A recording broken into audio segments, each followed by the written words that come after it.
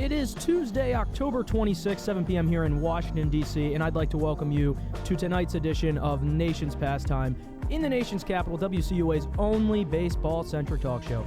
I'm your host, Andrew Snaith, as always, joined with my co-hosts James Higgins and Robbie Cruz. And like usual, we'll be breaking down all the latest in the baseball world, and especially, of course, the World Series, as we're getting ready for Game 1 to get underway in a little bit under an hour here. But first, thank you all so much for tuning in. We are live every Tuesday night, 7 p.m. Eastern Time here on WCUA Radio, and our shows are posted in podcast form the day after on our YouTube channel and on Fridays now on Spotify. We were going to get that playlist link out. We're still waiting on last week's episode to be uploaded. There's a little bit of a backlog when it comes to the WCUA podcast uploading on Spotify, but you can still listen to all the shows on YouTube the day after if you absolutely cannot wait until Friday for those to be uploaded. And, of course, follow our social media at @PastimeCap on Instagram and Twitter. All of the show updates are posted there, along with highlight videos from each show, and, of course, the links to the podcast forums of the shows as well. And if you want to call in at all during tonight's show, like always, that number is 202-319-5106, 202-319-5106. And please do call in. It's a World Series-centric night tonight. We want to talk all about the World Series. We're not talking about anything else besides a little bit of a recap of the LCS series that finished up over the last week. And, yeah, we'd love to hear from you. So, once again, 202-319-5106 is that number. Guys, let's get right into the discussion here. Before we talk about the World Series Game 1 between the Braves and Astros that's about to get underway, let's break down those LCS series because both wrapped up after last week's Tuesday show. You guys want to start with the Braves and Dodgers? Yeah, absolutely. The Braves-Dodgers series, I thought, was a bit of a letdown, actually. I thought that the Dodgers were going to put up a much better fight. However, the Dodgers, I think that they misplayed themselves. I think Dave Roberts mismanaged several times, and it's inexcusable that a team that acquired Max Scherzer and Trey Turner, along with a $280 million budget, lost to the Braves in, I think it was, 6 games? That's correct. 6 games. Yeah, and to me, it just looked like the Dodgers really didn't have much of a chance. Now, there were big clutch hits from the Braves. As an example, the Eddie Rosario hit, absolutely clutch. I think once he hit that, the Dodgers season was over because, the momentum was just pushing all towards the Braves. But I question Walker Buehler's pitch selection in that at-bat. Walker Buehler threw 3 straight cutters, an outside sinker, 2 straight cutters, and then a sinker right down the middle. I don't understand why the pitch selection was like that, but Walker Buehler was disappointing in the series. Julio Urias wasn't very good in the series. And it definitely hurts that the Dodgers didn't have Clayton Kershaw for sure, and Justin Turner got hurt as well. So the injuries definitely hurt the Dodgers, but it was still inexcusable. Yeah, and it's funny that you said inexcusable because that's the exact word that I wrote down in my notes about the show here, that the fact that the Dodgers didn't win that is almost inexcusable. James, do you agree with that? I agree that, yes, it's inexcusable that they didn't get back to the World Series. $80 million payroll, yeah, trading for Scherzer, trading for Turner, all that. Yes, they had injuries, but every team deals with injuries. A couple things on the Dodgers, though, before we get into the Braves. We'll break everything down. One, Cody Bellinger had the Dodgers' 3 biggest hits of the season after a dreadful regular season. The big hit in Game 2 of the NLDS against the Giants. The game-tying home run in Game 3 of the LCS against Atlanta, and the go-ahead RBI single in Game 5 against the Giants in the LDS. So that, first things first, Cody Bellinger had a dreadful season at the plate, a nightmarish season, but this 12-game stretch in the postseason turns everything around for him, and he can build off it in the offseason going into next year. Second, Walker Buehler, yes, he threw 1 bad pitch to Rosario, but besides that, he gave it his all in short rest both times in this series. He's one of the best big-game pitchers in the game. I really thought he pitched well on Saturday, and I know that's hard to say. I understand what Robbie is saying. Bad pitch selection, the at bat to Rosario, continuing to go to the cutter. Rosario burned him. He's the hottest hitter on the planet right now. I think Walker Buehler, besides that, pitched really well. Unfortunately for the Dodgers, they came up short. The Justin Turner injury was very hard for them to overcome. Chris Taylor was a monster in Game 5, but in Game 6, the bats came up short, and yet again, it's another year short of a World Series title for Dave Roberts, and we'll see what his future holds this upcoming offseason. Absolutely, and the Dodgers lineup was James hit the nail on the head. The Dodgers lineup just simply underperformed. I mean, Mookie Betts hit 174. Corey Seager hit 167. Trey Turner only hit 240. Will Smith only hit 217. Chris Taylor and Cody Bellinger and A.J. Pollock were their best hitters by far. So the Dodgers lineup disappointed, and I think that was their biggest flaw, which is a surprise because the lineup was great all season. But, I hate to look ahead, but the Dodgers have so many question marks now. I mean, they have a lot of impending free agents. I mean, I look at Clayton Kershaw, you look at Max Scherzer, you look at Kenley Jansen, and the Dodgers, they have a lot of questions to answer this offseason. So it's going to be really interesting to see what they do this offseason. Well, they do have a lot of free agents, and including Corey Seager. I apologize, Andrew. Yeah, and Corey Seager. Of course. Including Corey Seager. I think that, we all know they're going to be fine next year. They're going to be right back in the thick of it. They're going to sign who they need to sign. They're going to sign who they want to sign. I think I think it's a given that Kenley Jansen is not coming back. Yeah, he's gone. Yeah. He's gone. He's gone, yeah. I think Kershaw's gone too. Okay. I mean, I think Seager's going to be the interesting one because he wants big money. He wants to stay in LA. Will the Dodgers commit to him? That's the big question because that will set the market for everyone else, what other teams are going to do, other shortstops. But the Dodgers don't have much money on the books after 2022 besides the Mookie contract. They can definitely afford another long-term contract. We'll see what happens. Personally, I think Seager is going to end up staying in LA. I know that's an unpopular opinion, but I do think Seager's going to stay in LA. I think they're going to pony up the big bucks and say, whatever, we'll take whatever it is to pay this guy, and they're going to pay him. Yeah, I have to echo everything you guys said, but I just really want to dial in on the fact that this team was $80 million almost over the luxury tax and didn't get it done. Now, there's a lot of excuses you can offer for that, and one of them I think that we have to discuss is the Giants series that they played before that. There was a lot of fatigue. There was a lot of visible concern about that series wearing them out. Of course, you had Max Scherzer, who the reason he wasn't able to pitch in that Game 6 was because his arm was, still dead, I believe, was the exact word that he used. But going back to the question marks that the Dodgers have this offseason, let's not forget there's another one that just made his return to social media that they're going to have to deal with, and that, of course, Trevor Bauer. And, of course, this is something we can talk more about in the offseason, but that's a lot of money, and that's a situation that they're going to have to decide what they're going to do with this guy. Well, they might wait for the league to step in to see if the league does suspend Bauer. Obviously, that's out of their control, but, yes, in terms of what's going to happen with Bauer, if the league suspends him, the league will take care of that. They will not owe him the money. If the league doesn't take care of it, they will have a big decision looming. I think for cases like this, Marcell Ozuna and now Trevor Bauer, there should be a chance for teams to get out of the contract. Obviously, I think that's going to be something discussed in the new CBA coming up. How can teams get out of contracts for certain clauses like this, domestic violence, sexual misconduct, whatever it may be. So I think that's something that's going to be discussed in the next CBA. I think that will determine what happens with Bauer, whether he's suspended by the league or whether the Dodgers cut bait. Can we all agree, by the way, that Trevor Bauer's decision's probably going to come this offseason? I think the MLB wants to get this done before the season starts. Yes, I think the league will determine this before opening day in 2022. Yes, I agree 100%. We're going to know what's happening with him. But let me offer a question in return to you, Robbie. Let's say that they don't suspend him, the Dodgers somehow don't want him back, and they make a decision where he's not on the team. Do you see another team going after him? Because I say 100%. Oh, yeah, absolutely. I mean, Trevor Bauer's he's still a really good pitcher. And the big thing with Bauer is that teams have shown that they're willing to go for a guy who's coming off of domestic violence issues. Guys with baggage, yeah. Yeah, guys with baggage, exactly. So I think that because Bauer's so talented, there are going to be plenty of teams that are interested in him. And honestly, I don't think he's going to I don't think he's going to cost as much as another big free agent pitcher would be. So I don't see why.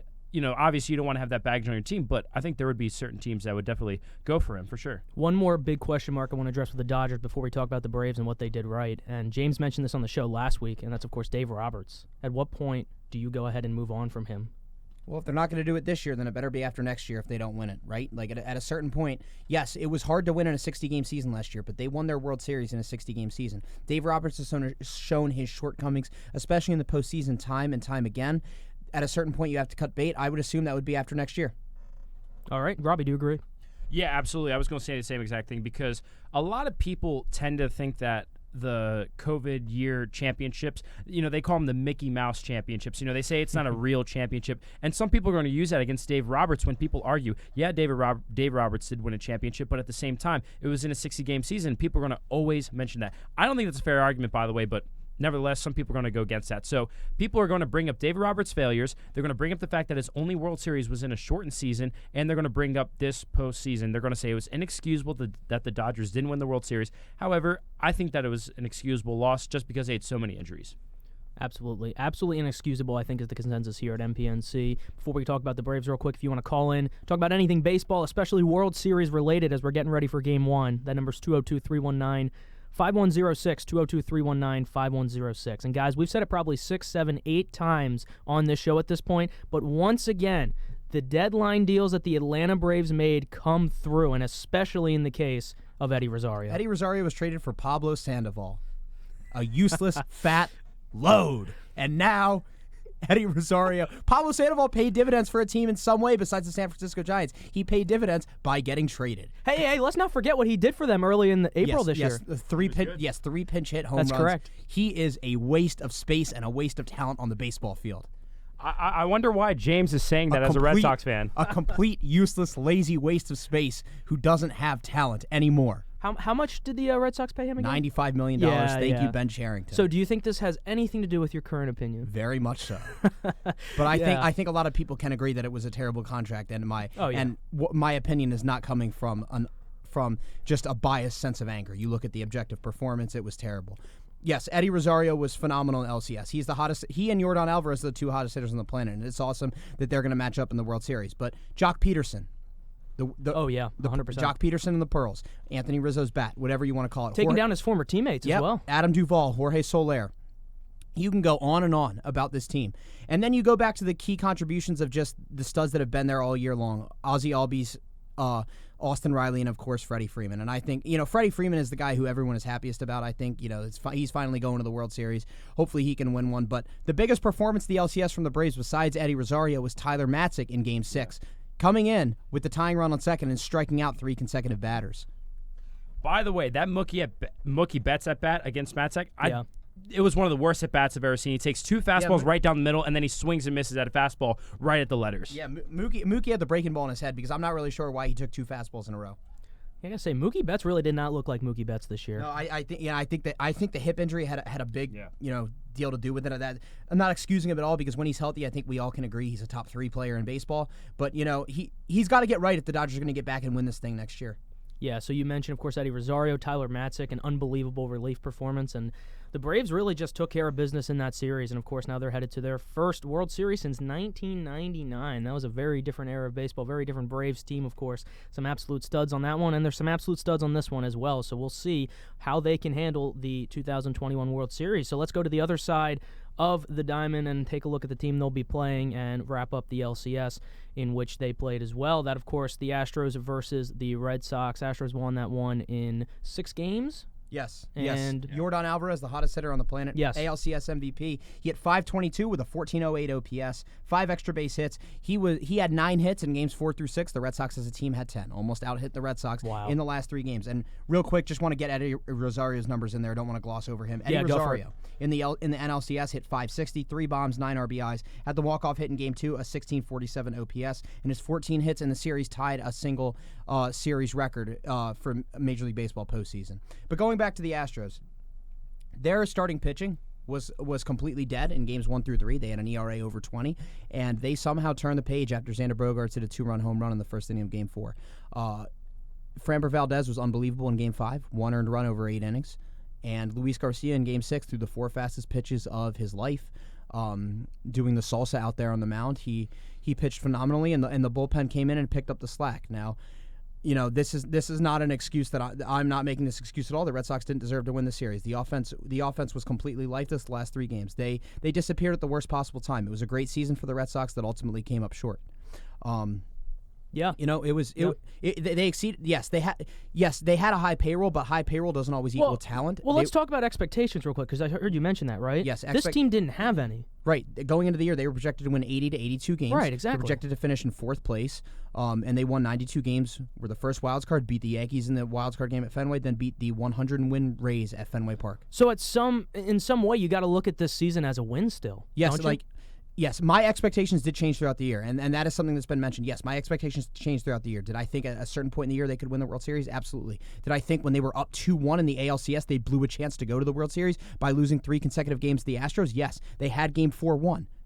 They didn't win Game 4. Garrett Whitlock gave up a home run to Altuve. Laz Diaz's monstrosity. Oh, we can talk about the umpire show just in general. Not only Laz Diaz's blown call in that game, but he missed 23 calls. Why does Laz Diaz still have a job? He was missing calls for both sides. This is not just, yes, like I'm upset about the Nate Eovaldi call. I'm not saying that, I do think that they could have easily won Game 4 if Nate Eovaldi gets out of that jam. But Laz Diaz was terrible for both sides. He's been a terrible umpire for years upon years upon years. Why is he still an umpire? Why can he not get fired? We need to do something about the Umpire Association because Laz Diaz is out here ruining baseball games for both teams. There were terrible calls for both sides. This is not just an indictment on Laz Diaz for the Nate Eovaldi blown strike 3 call. Did he blow that call? Yes. Was it the biggest call that he blew? Yes. But he blew calls for both teams, which was completely awful. And Robbie, I will let you get to that in a minute once I finish my rant about the Red Sox. No, say what you got to say. The offense disappeared at the worst possible time. Outside of the grand slam in Game 3, Kyle Schwarber really didn't do much. Hunter Renfroe was the worst player on the Red Sox in the postseason. He came up multiple times in the Rays series and the Astros series with men on base with the ability to change the game with one swing of the bat. Did nothing. He was the ground and double play king. We'll see what happens the offseason. Might they trade him for pitching depth and re-sign Schwarber? It's a possibility. Starting pitching, Chris Sale did all that he did in Game 5, and it looks like Chris Sale is back. He's coming off Tommy John, 5 innings, 1 earned run. They shouldn't have pitched Yordan Alvarez in the 6th. That's the bottom line. They shouldn't have pitched to him. He's the hottest hitter on the planet right now. Yordan Alvarez is truly on a tear. That's where they lost Game 5. And then, offensively, besides Devers, they needed more contributions from guys, and it didn't happen. But still a successful season for the Red Sox, still a fun ride. And I think another thing that, just that we should focus on in Game 6 and maybe going forward into this World Series. Luis Garcia's RPMs on his fastball and his slider were up 200 RPMs. Now, I'm not using that as an excuse why the Red Sox lost Game 6 at all. No, their offense disappeared at the worst possible time. But Luis Garcia was going to his ponytail before every pitch. The umpires weren't really doing... but you look at the numbers of the RPM. Look at what happens in this... Come on, James. Let's just see what happens in this World Series. We'll see what happens, but they check them. They do that now. They were doing a light pat down on both teams. Yeah, but if you're doing that, you're going before every pitch. I'm not using it as an excuse. That's not why the Red Sox lost. But just look at the RPMs and let's see what happens in this World Series. All right, hey, that's fair. But I'm just saying they check him pretty thoroughly now. If he's going to his ponytail on every pitch, when they check him, even if it's not as thoroughly, they're gonna see something. No. They were just for both teams. They were literally just checking the gloves, quickly patting their hands and moving on. Well, the thing is, the Red Sox, if they're worried about him touching his ponytail, they can tell the umpire, hey, can you check his hair? Yeah, that would really look good coming from Alex Cora right now against his former team because he would have to have concrete proof. I mean, I'm just saying, I don't think that's. I'm not using it as an excuse. I'm really not. I know it sounds like I am, but I'm just saying, look out for it in this series. Because what if Atlanta says something about it? What if Atlanta picked up on it? Yeah, he threw the 4 hardest pitches of his career in an increase of 3 miles an hour. The hardest pitch of his career going into the game was 94 miles an hour. He threw 4 pitches at 97.9 when he had a quote strained knee after Game 2 and had to leave after 1 inning. I was gonna say it's adrenaline. Adrenaline is not the 4 fastest pitches of your career with a 3 mile per hour increase after a strained knee in Game 2. The sticky stuff, I don't really read too much into it because I think every team does it. Look, again, this sounds like I'm making an excuse. I'm not. I'm just literally pointing out the facts. The Red Sox wouldn't have won that game if they were standing on the beach and had to hit the ball into the ocean, okay? All right, so I want to go back to Laz Diaz really quickly. So, yes, he was terrible in that game, but going back to the Nate Eovaldi call, I was talking to James and Andrew about this the other day. The reason why he didn't call it was because Eovaldi threw a high curveball, so the ball comes really high in the zone for most of the at-bat, and then once it drops off at the last second, by the time it drops off, the hitter's already seen it like above his eyes. It was high, so that's why he called it a ball. And whether that was the right call or not, it doesn't matter. In terms of the Red Sox, though, after last week's show, everything that could have gone wrong went wrong for the Boston Red Sox. They weren't hitting. The pitching was bad. They made several base running mistakes. Everything that could have gone wrong for the Red Sox went wrong. Kyle Schwarber hit 120 in that series. JD Martinez hit 235. Xander Bogaerts, 192. Alex Verdugo, obviously the big caught stealing towards the end of the game. Christian Arroyo wasn't good. Hunter Renfroe, as James said, absolutely terrible. And then with the bullpen, Tanner Houck, 10.80 ERA. Josh Taylor, 4.50. And then Adam Ottavino, we know Adam Ottavino was terrible in the series as well. But besides the home run they gave up to Tucker when the game was already over, he was nails in the postseason. He was good in the postseason. That last game, though, he made some bad pitches. But the point is that everything that could have gone wrong for the Red Sox went absolutely wrong. And as a Yankee fan, I love that Adam Ottavino was the last pitcher for the Red Sox in the season. Oh, I promise you, nobody really cares because the game was over when Verdugo got thrown out. That's when the game was over. Yeah.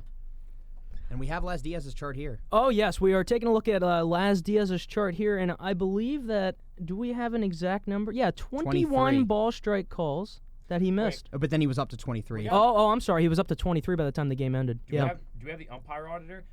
So there's a Twitter account called the Umpire Auditor. That's a great one, yeah. And he tells you like which team gets an advantage in the game due to the umpire's calls. Have you guys heard about that Twitter account? Yeah, of course. Right now. It has the run differential, like +1. For it'll basically team. say like, the Astros had a plus 1.21 run advantage, which means that the Astros got 1.21 runs in advantage in that game. So, something like that, that'll tell you how bad the umpire truly was and if it actually did have an impact in the game. It also tells you the most crucial blown calls in that game. So, we'll see if we can find it, though. And I agree that it is inexcusable that we keep having guys like Laz Diaz not only umpire, but being chosen to umpire big games like this. And when you do it on a complete, national level where everyone is watching, I mean, it just makes the problem even more apparent, and it makes it even more so that more people want these robot umpires. And I know that that's been a controversial topic for a lot of years, but I think as more and more times you see this happen, you're going to get closer to having everyone agree that we need it. Yeah, because there was no reason why Laz Diaz should have potentially decided the game. No. And we have found Laz Diaz's scorecard for Game 4. All right, let's see it. Houston was favored by plus 0.8 runs in the game. Overall, which, by the way, that is a lot. That for us, especially for a postseason. Yeah. His overall accuracy was 88% with the 23 missed balls or strikes. Again, it sounds like sour grapes coming from me because I'm a Red Sox fan. I'm just being objective here. The Red Sox offense disappeared in the last 3 games, but Laz Diaz was truly horrendous. Well, my thing is, this is a second time this postseason already that we've had an umpire decide a game instead of an actual player. And that's just inexcusable to use that word again. I will also say, though, at least he was consistently bad in that game. Bad, he had a 96% consistency rate, so it's not like he was only bad towards the Red Sox, at least. But, I do think it's kind of cheesy, the fact that a lot of Red Sox fans are complaining about the umpires changing the outcome of the game, considering the fact that the Rays got screwed over because of Hunter Renfroe throwing the ball over the fence in Game 4. When they got the rule right. I think that was ridiculous. I still think it's ridiculous. No, I agree with you. I still think it's ridiculous, but James is right. If you go back and look, that is technically the rule. My thing is, though, the matter of if it was intentional or not, I mean, I get it, right? There's only so much you can do when the ball's coming out the wall and coming towards you, but I agree. That was kind of ridiculous. A lot of questionable moments is, I think, the point we're trying to make here. Yeah, the guy was about to score, and he threw the ball over the fence. Now, that's in the past, but I just think it's kind of unfair to say that the umpire was the sole reason why the Red Sox lost by 7 runs. No, I don't think he was saying that. That's not what I'm saying. I'm not saying that James saying. I'm saying Red Sox fans in general. They are blaming that blown call on the fact that they lost the game. Not saying that James is doing it, but I think that's unfair. I think they would have if it was 3-2, if they lost 3-2, but they lost 9-2. So I don't think anybody really cared about it after when Martin Perez came in and just completely blew it. Well, hey, you mentioned the Astros starting pitching, and when we left last week, we said at least 3 times how horrible it's been. And like James said, they just completely became new, and the performances that they turned on in those 3 games since we last had the show were just unbelievable. I was just about to say the bullpen as well. Everyone doing their job. Especially Kendall Graveman. Don't forget about that trade. The Red Sox signed him in the offseason. They need bullpen depth. Oh, man, Kendall Graveman's going to get a big contract this offseason. Oh, yeah. He's multi-year for sure. I mean... Also, I remember when the Mariners traded him at the deadline to the Astros. Oh, yeah. A lot of people were saying that was such a controversial move, but honestly, the Astros made the absolute right move by doing that. They gave up Al Ford. Or oh my gosh. They gave up the shortstop. Is it Anthony something? Abraham Almonte. No. It wasn't Abraham Almonte. It wasn't Almonte, was it? No, it was a Spanish shortstop that they gave up. No, I remember you were talking about because as soon as he was traded, he hit a home run that night. Toro, yeah. Who was great, by the way. He was great for the Mariners, by the way. Yeah. No, yeah, and it's funny that you mentioned that because I was just thinking that trade was one of the more significant ones I think a lot of people aren't remembering because when Kendall Graveman was traded from the Mariners as a team kind of came together and were like, wow, this is what the front office thinks of us. This guy's our closer. He's been dominant, and they're just going to ship him away for some random infielder. And, it's funny because the Mariners came within one win of a postseason berth. But going back to that, Astros, what a trade for them. Kendall Graveman's been great, and I agree with everyone here. He's going to get a nice contract at the end of this offseason. Yeah, and it's interesting because we all agreed at the deadline that the Astros' biggest weakness was their bullpen. And I said before the series started, the Astros' biggest strength could end up being their bullpen. Their bullpen is extremely underrated. And we're going to get into talking about the World Series pretty soon, but the bullpen is going to be, what, in my opinion, what determines whether they can win the World Series or not. And the fact that Kendall Graveman's been really good, and everything's going right for the Astros bullpen right now. That's the biggest thing for them right now. Everything is going right for the Astros in general right now, it seems like, in these past 3 games. And absolutely. Overall, this postseason, I mean, outside of the little hiccup there with the 2 blowouts against Boston in game 1 and 3, I believe it was. Yeah, and Jose Altuve hit the most impactful 150 in the ALCS. He had 2 bombs. It was 2 and 3. Games 2 and 3. He hit 2 bombs, and he hit 150 in the series. Yeah. Carlos Correa is, again, turning in another tremendous postseason. We'll get into World Series predictions a little later in the show. You know what? Whatever. I'll give mine right now because I want to make a point that I have the Braves winning in 7.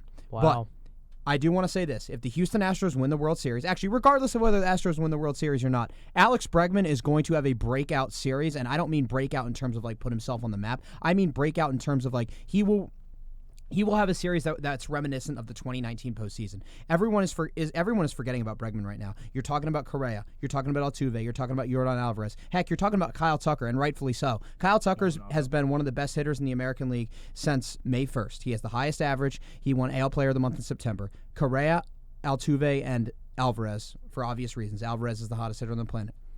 But Alex Bregman is still their 3-hitter. Alex Bregman, he got on base a lot for Yordan Alvarez. Alex Bregman turned in a good ALCS. And he might not have had typical Alex Bregman numbers this season dealing with the injury or this postseason. But don't sleep on Alex Bregman. He shines in the biggest moments and on the biggest stage. And I think that regardless of what happens in the series, Alex Bregman is going to be the best offensive player for the Houston Astros. He rises to the stage in the biggest moments. 3 home runs in the 19 World Series. He's going to do it again this World Series against the Atlanta Braves. So according to James, this will be the second time in 2 years that we see an underdog NL East team take down the powerhouse Astros. That is right. All righty. I mean, in 7 games too. In 7 games as well. Look, it's not going to be easy for Atlanta. Houston is the better team on paper, and they have a better lineup. But I think Atlanta has the pitching advantage. I think that they kind of have that team of destiny feel, and they've been on a 107 win pace since August 6th, if that played out since opening day. Obviously, they're not as talented as that, but they're not as bad as their 88 win season reflects. They're probably somewhere in the middle, probably around that 95 win range, which is where Houston ended up at the end of the season. It's a very, very evenly matched season. I'll break it down more in a minute, but yes, I have Atlanta winning the series. All right, let's just get into the World Series discussion here. We're about halfway through, and we're going to hopefully end around 5 to 10 minutes early as well, so everyone can go out and watch the game and everything. So let's jump into it. World Series discussion here. Braves versus Astros. Game 1 about to get underway between Charlie Morton and Framber Valdez on the mound, of course, taking place in Houston. Quick reminder, you want to call in about anything during this discussion. That number's 202-319-5106. But yeah, let's start breaking it down. And honestly, it seems, actually, let me start with this. There's a lot of people who are upset that the Astros are here, and rightfully so. The majority of the baseball world has not forgiven them. Myself included, by the way, before I give my prediction, myself included, have not forgiven them. But let's take a look at one of the more positive things that's happening from the Astros making the World Series, and that's Dusty Baker making a World Series. How good is it for him? I think everyone is universally happy for Dusty, whether they love the Astros or hate the Astros. Even if it's A's fans or Mariners fans, someone in the division, everyone should be happy for Dusty because the only thing that he's missing from his baseball resume is a World Series title, and this is someone who absolutely deserves it. He inherited a bad situation. He did nothing wrong. Good for Dusty, and everyone should be happy for Dusty. He deserved it. He's earned it, and he's also earned a contract extension if he so desires to return to baseball if he doesn't want to retire. Robbie, thoughts on Dusty Baker? Also, did you know one of the only managers to win a pennant in both leagues? Yeah, I actually didn't realize that, but you couldn't say any better. you root for Dusty Baker. He's a really great guy. Have you seen his interviews, by the way? Oh, yeah. His interviews are the most genuine thing ever. I had no idea, by the way, he's actually thinking about retiring. Has he said? He's 70. I mean, he's 71. He doesn't have a contract at the end of the year. You just never know what's going to happen. If he wins the World Series, he very well might just decide to go out on top. Yeah, I mean, why not, right? Yeah, but I mean, we'll see. Dusty hasn't said anything. I think it's just common speculation. James Click, their GM, might want to go with his own guy. He inherited Dusty from the previous regiment, so we'll see what happens.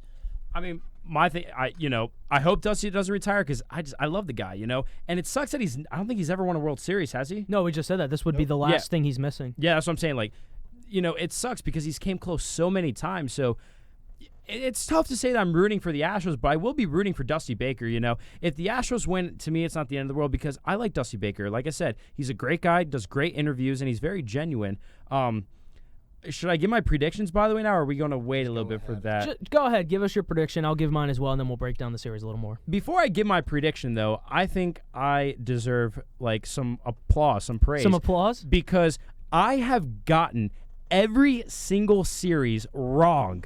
I don't think I've gotten a single series You're right. not alone in that. Exactly. I think that's pretty awesome, by the way. You also at the beginning of the year said the Red Sox would finish behind the Baltimore Orioles. So now that the Red Sox season is over, they made it to Game 6 of the ALCS. Not only did they make the playoffs, they beat the Yankees and they beat the Rays. This is just to say that the Boston Red Sox very much exceeded Robbie Cruz's Baltimore Oriole expectations of less than 60 wins. Robbie, I gotta know for a second. Was that a serious prediction when we made that back in March, or were you trolling? It was mostly me trolling, but at the same time, I thought there was hope. There was hope. But the point that I'm making is, okay, number one, I've had a lot of great takes. I said that the Joey Gallo trade was a terrible one, by the way. I said the Christian Yelich contract extension, absolutely terrible. I don't think it's universally agreed that the Joey Gallo trade was terrible. That's a conversation for 2 weeks when we have nothing to talk about. I know, okay. I'm just saying.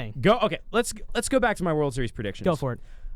I think the Astros are going to win this in 5 games, which means that the Atlanta Braves are going to win in 5 games. Because I said the Boston Red Sox are going to win in 6 games. Who won? The Astros won in 6 games. I said the Dodgers were going to win in 5 games. What happened? The Braves won in 6 games. But the point that I'm making is the Braves are going to win the World Series, but I'm picking the Houston Astros for the sake. I think the Astros are going to win this series in 5 games. I think the lineup is going to go absolutely off. I think the pitching is just going to be absolutely incredible. I don't see the Astros slowing down what they did in the ALCS. Now, granted, I think that the Red Sox are also a much better team than the Atlanta Braves. If you put the Red Sox and the Braves in the World Series, I got the Red Sox winning that World Series. So the fact that the Astros can beat the Red Sox handily means I think they're going to have no problem beating the Braves. All right, so let me get this straight, right? After I hear your prediction, what I'm understanding is that the Astros bats will be completely cold, their pitching will be horrible, and they will lose in 5 games. Is that correct? For this postseason, Robbie is our Bob Nightingale.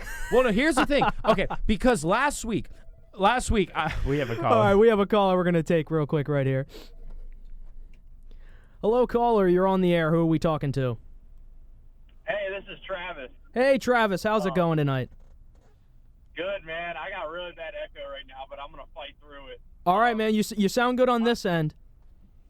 All right, that's good. I'm going to go with Braves in 7 for my prediction. I kind of texted it to you earlier, James, and we have a lot of the same reasons for our predictions. But I got Braves in 7 because I think the Astros' lack of pitching depth is going to catch up to them later in this series. And I don't trust Dusty Baker as a manager to get creative enough to match that with that disadvantage of depth when you compare those pitching stats. So for that reason, I think the Braves steal one in Game 7. I think we'll see a similar series to 2019. I think the Astros might have like a 3-2 lead, and the Braves battle back and win the whole thing. And then as far as you saying this is going to be the Bregman series, I think this is going to be Austin Riley's low moment. He's had an amazing season, and I think this is where on a national scale people realize how good Austin Riley is. So he's my MVP pick, and I'll go with Braves in 7. Hey, I mean, he had a great season, a legitimate MVP candidate in the NL. I think that's a great prediction. And from Atlanta's side, I completely agree with you. Obviously, you have Freeman there, but Riley or Albies is going to need to step up, and I do think it's going to be Riley. He's had his fair share of clutch moments in the NLCS, and why not continue it on a national stage where people can finally realize how good he is? And I got if the Braves do win the World Series, I think it's going to be Freddie Freeman as the World Series MVP. It makes too much sense for me, He's the big Brave guy. He's the homegrown guy. And to me, it just makes too much sense for Freeman to win. But honestly, Austin Riley is a good under pick. I remember a few years ago, Andrew picked Steve Pearce to win the World Series MVP, and nobody expected that. Hey, I picked that, by the way, in September before it started. Exactly. A lot of the World Series MVP predictions are guys that nobody expects, so I could very well see it being Austin Riley. All right, Travis. Thanks very much for your prediction. Howie Kendrick got it in 19. Yeah, that's another guy. Yeah, hey, that's a great point. MVP. That's a great point, absolutely. Thank you so much, Travis. Have a great rest of your night. Travis. Thank you, Travis. Yeah, absolutely. I mean, when it comes to the World Series MVP picks, you never really can predict who it's going to be. And I think that's what makes it so cool. You have guys like Steve Pearce, guys like Howie Kendrick who come up big. To give my prediction, to go along with Braves in 7, I do have Freddie Freeman also winning World Series MVP. Okay. Mr. Brave, this is his moment. It's the national stage.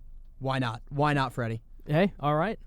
I guess that leaves me then. Yeah, I was going to say, who's your World Series pick in MVP? All right, so I'm actually in the same boat here as Robbie, and I'm going to make this prediction, of course, as the guy who also has not gotten a single one right this entire postseason. Unfortunately, we're not seeing a White Sox-Brewers World Series, and it's not even close to that. But I do have, and of course, this might act in the same way that it does for Robbie, but I actually do seriously have the Astros in 5. And, like I said earlier, I have not forgiven the Astros at all, and I don't think I ever will. But this is the worst-case scenario for a serious baseball fan who is also a fan of an NL East team or the Phillies. Yeah, see, your problem is that you're an NL East fan, not that you're a serious baseball fan, because somebody like me or somebody, who's a White Sox fan, I don't know, can easily just root for Atlanta. No, I'm saying this is the worst-case scenario for someone who is both a serious baseball fan and an NL East fan. Yeah. Because I hate the Astros because they're cheaters. I don't hate Dusty Baker, of course. And then I hate the Braves because it's the Braves, and they've won the division God knows how many times in a row, and I just want to literally taste the postseason. But anyway, that aside, I do think the Astros, bias aside, are just such a powerhouse. And, of course, I'm not going to underestimate what the Braves did. I will be the first one to tell you, and I saw it firsthand, that the Atlanta Braves reinvented their team, and they deserve to be here. They took down 2 very solid teams. They had some great games, and these are a group of players that I think could very well win a World Series in 6 or 7 games, but I don't see it happening. This Astros team is too powerful. They've shown all postseason that they have little room for just, making mistakes. They really have just been so good outside of the starting pitching in the beginning of that Red Sox series. 5 games, I think the Astros get it done. My World Series MVP, should I give that as well? Yes, and then I want to add something. You know what? I'm going to go with a pitcher. I think the guy who makes a difference here is Kendall Graveman. Okay. I kid you not, I almost went with Tyler Matzik as my World Series MVP, but I was like, there is no way. I feel like it's going to be like Robbie said, though. It's a bullpen. It's going to be a bullpen series. I feel like it's supposed to come down Here's to. one thing, and yes, this is not me taking away from Houston's offense. They're the best offense in the game. They're red hot right now, but they are going to be extremely weakened by the 3 games in Atlanta with no DH. Yordan Alvarez is a liability in left field. Yeah, that's a good not point. that he can't do it, but he is not a strong defensive player, and that's no knock on him. He was born to hit. He was born to be a DH. He's one of the best hitters in the game. But he's going to have to play in left field for 3 games, which means they're going to have to move. Which means they're going to have to move Kyle Tucker to right, and they're going to be comprised defensively, which means they're going to have to take whoever was going to start in center field, whether it was McCormick or Jake Myers, out of that game. So yes, they can put them in the game late for defensively, but that means you take Yordan Alvarez's bat out. What if you go into extra innings? What if you have a 5-2 lead going into the 7th? You take Alvarez out, and then Atlanta ties the game. You know what the solution to that is, right? Universal DH next year? No, unfortunately that will happen, but the solution is you got to win your 2 games at home first. Yep. No, exactly. But I'm saying Houston will be compromised with no DH in Atlanta for those 3 games. I think that's a big talking point that not a lot of people are thinking about. And I think Yordan Alvarez being in the outfield might hurt Houston at some point. See, and that happens every year when it comes to this time where the AL team plays in the NL in the World Series, but it affects certain teams more than it does others. And I think this is a case where, like James said, it really will affect them. Yordan Alvarez is not the greatest fielder in the world. That's going to hurt them. You think about situations of the past. I'm sure James can reminisce on times when they've had to put David Ortiz at first base and everyone wincing as a ground ball was hitting his general direction. He could actually get the job done. I really didn't have a lack of confidence in him. Not at the end of his career when he couldn't walk anymore. Yeah, well, they didn't have that problem in 16 when the Indians swept them. I know. But still, I think it's a problem to varying degrees of AL teams, but it's definitely something to watch out for, the fact that they're going to have to juggle around that outfield if they want his bat in the lineup. But no, overall, I really do feel that this is a team that a lot of people have forgotten about and have written off, as we said in the beginning of the postseason, because of what they did. And what they did was inexcusable, but that is behind them. Assuming that they aren't cheating right now, it just shows that they are a very good baseball team. They have been for a while, and guys, a potential dynasty if they win this year. Am I wrong?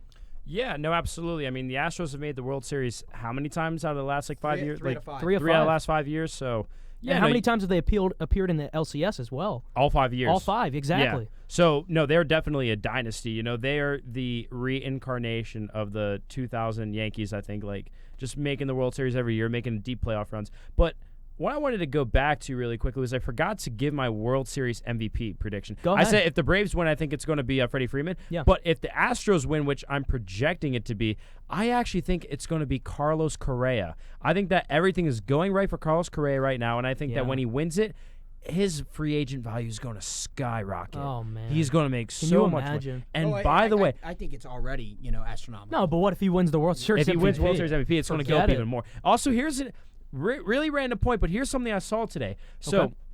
there is a report that Xander Bogaerts could opt out of his contract this season. No, and next then season. or next season. Next right? season. I saw somebody say, hey, what if Xander Bogaerts moved to third base and then Carlos Correa played shortstop for the Red Sox? That would be one of the weirdest things I've ever seen, but I don't know. Hey, you know never what? know. Yeah, like James said, we're going to have so much time to talk about that in the offseason. But here's the thing I wanted to go back to, though. Sure. I think Carlos Correa is going to hit 2 big home runs. I think that the Astros are going to win Game 1, 2, 4, and 5. And I think in Games 1 and Game 4, I think Correa is going to come up with big clutch home runs. I think he's going to have big hits all series, and I think he's going to make a great defensive play. Something that people don't appreciate with Correa is this dude has a cannon of Yeah, an he arm. does. He One of the does. strongest arms out of any shortstop I've ever seen. Now, it very well could be Alex Bregman as well because Bregman's been so clutch in his life, and it could be a bullpen arm like Andrew predicted. But to me, I think that the lineup's got to get the Astros started. I think that Correa is just going to come up with several big hits this World Series. Yeah, I mean, that's a very fair prediction as well. So what I'm hearing again now, just to clarify, is the Braves are winning Game 1, 2, 4, and 5, right? 1, 2, 4, and 5 are probably going to go to the Braves. Charlie Morton is going to look like prime Nolan Ryan in Game 1. I guarantee it.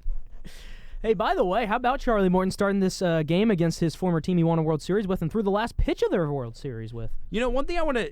We were talking about RPM earlier. Yeah.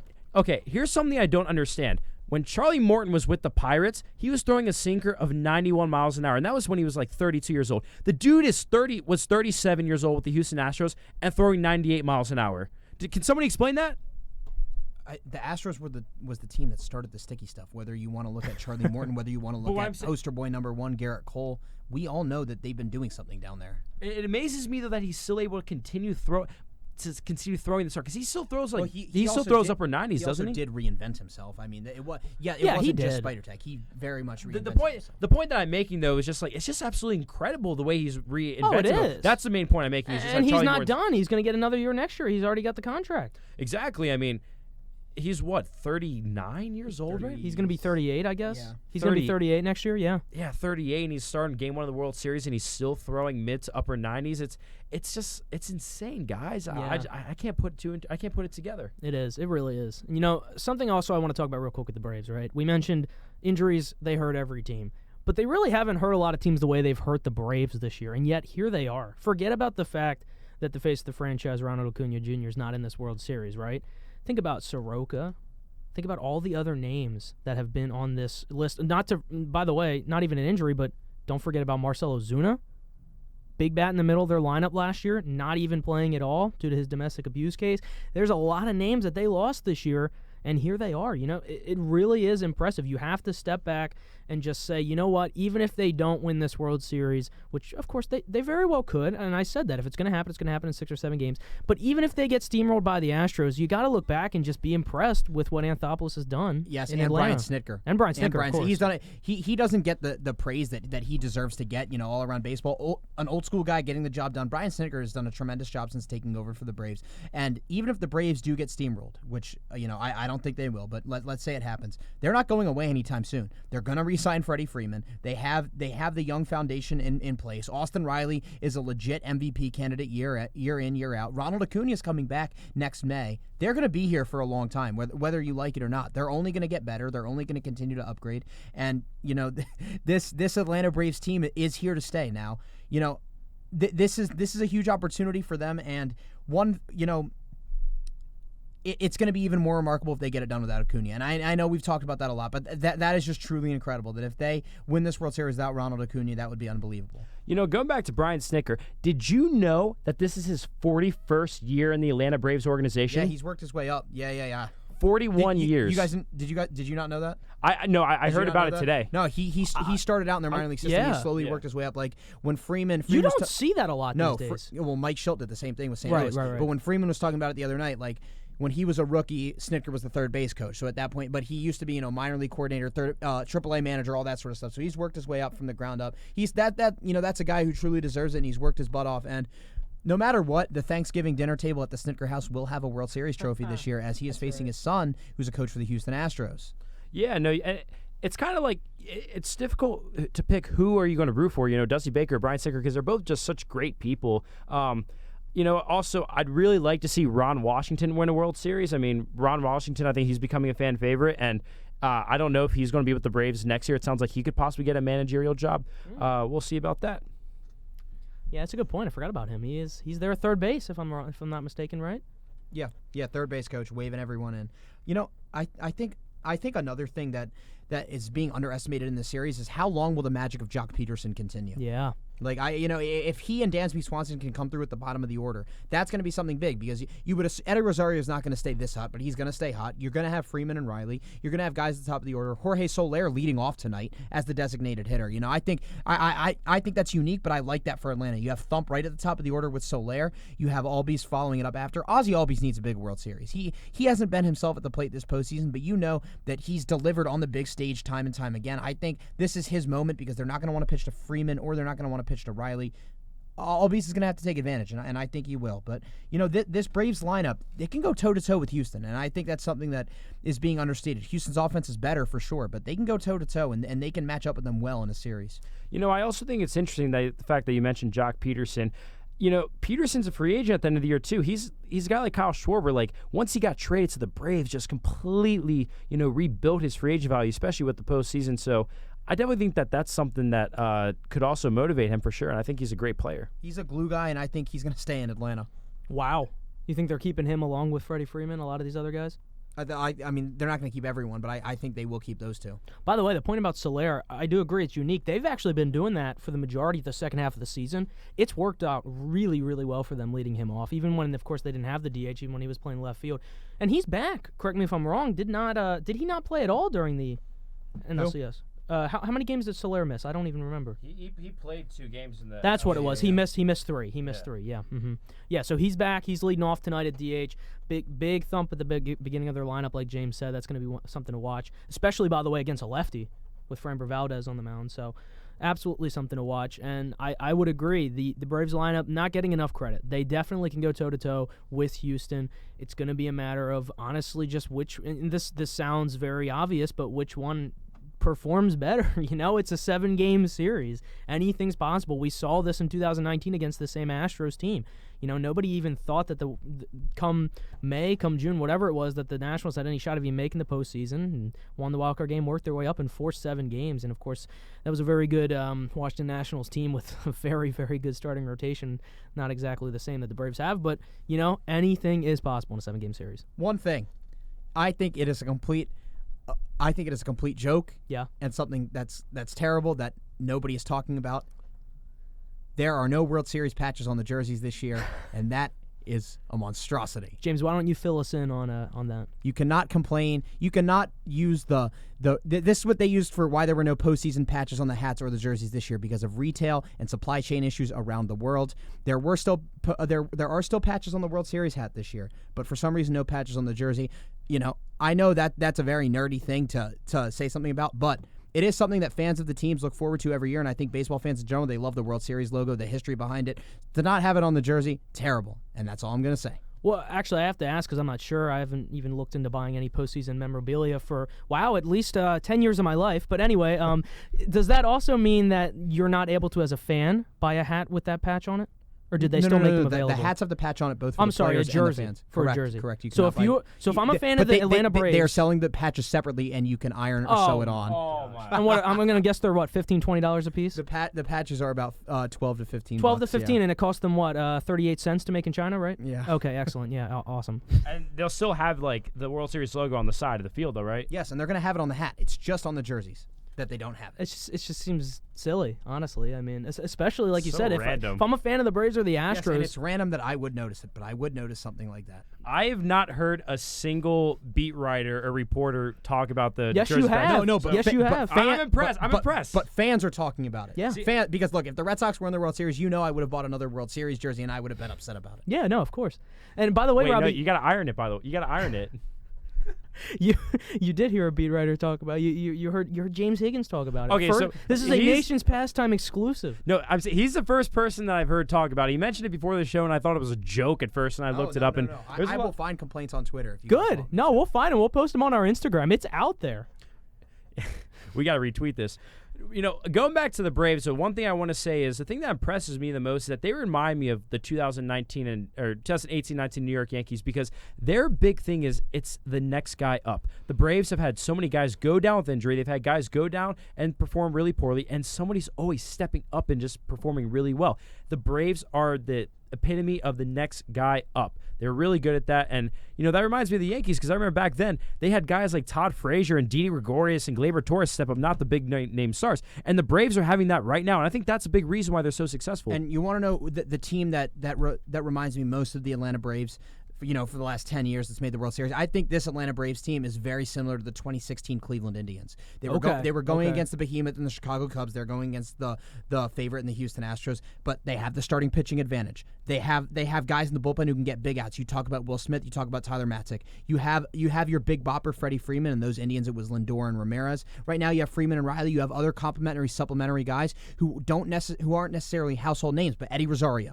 He's coming through in the clutch. Dansby Swanson, he's a name. He's not a household name, but he's a name. He's going to need to come through. Jock Peterson, Adam Duvall.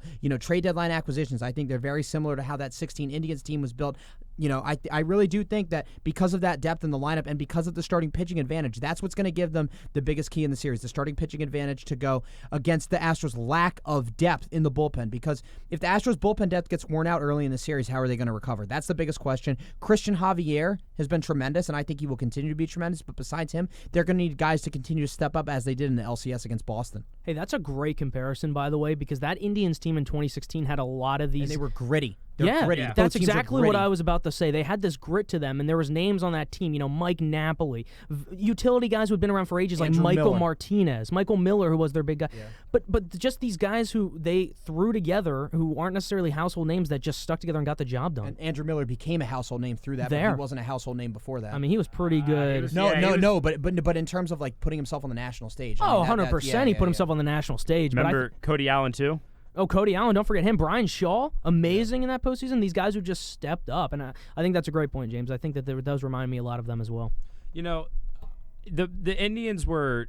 That was a fun team to watch. And Yeah. I think you could compare like the Astros to that Chicago Cubs team in a way, because both of those teams had a lot of the great things. Yeah. It's a really good World Series comparison. Yeah, I think the difference here is everyone was rooting for the Cubs then, and not a single person besides of people in Texas and fans of the NL East are rooting for the Astros now.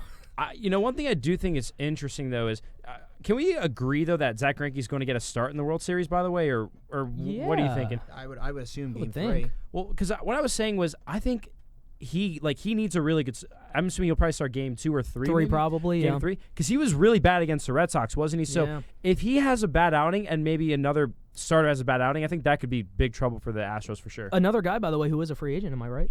Yeah, Zach Greinke's free agent at the end of the year. And you got to tell you, his value is not exactly being helped right now. No, he's 38 years old. I mean, how did he do against the Red Sox? He get like 2 and 2/3. He pitched into the third inning. He walked 3 guys, gave up 2 earned runs through 41 pitches. Yeah, so, I mean, he's... It's interesting because before the season, we thought he was going to be the guy that glues that Astros rotation together. I mean, he was the clear-cut ace. But he almost had to be. Almost had to be, but it seems like, in that Red Sox series, it seemed like he was just kind of a guy that was just throwing in there. They really didn't need him. So the big point that I'm making is that the Astros have had a lot of guys step up themselves, too. I don't think anybody expected Framber Valdez to be this good. I don't think they expected a lot of guys to step up like they have. So, both teams have just really stepped up when they've needed to. Yeah, they definitely have. It's going to be a great series, and we're getting close to first pitch here of Game 1, of course, as we said. Framber Valdez versus Charlie Morton at Minute Maid Park in Houston, Texas. It's going to be a great series. Get out there and watch it. We're going to end a little early here so that everyone can go ahead and do that. So, thank you all so much for tuning into this edition of Nation's Pastime in the Nation's Capital. Quick reminder, again, please follow our social media at @PastimeCap on both Instagram and Twitter, although we are more active on Instagram. That's where we post the highlight videos. That's where we will post the complaints about the World Series patches that we will find. And game recaps for each World Series. Exactly. We have game recaps as well, and then you'll get the first notice of when those shows go up on YouTube the day after, so you can listen to them. So go ahead. Once again, at @PastimeCap. Follow us on Instagram. And we will be live next week here on WCUA Radio again at 7 p.m. Eastern Time for potentially World Series Game 6 if it is necessary. We shall see. One of our predictions says it will be. Two of them do not. And the two people who said it would not have been wrong about literally every single thing. So we most likely will have a World Series Game 6 to talk about. It amazes me that the Daily Sports Truth has actually been wrong about predictions. Yeah, I know. It's absolutely amazing. I mean, we're talking about the man who had Luke Voit winning the MVP in 2019 and the man who had the Red Sox finishing after the Baltimore Orioles. So, Luke Voit almost won an MVP last year. He almost did. Was last year 2019, Robbie? It wasn't, but DJ LeMahieu should have also won it last year. Okay, yeah, that's very relevant to this conversation. And with that, that's going to do it for this edition of Nation's Pastime and Nation's Capital. Thank you all so much for tuning in, and have a fantastic rest. Steal a base, steal a taco, Taco Bell. Get us a free taco. Peace out, guys.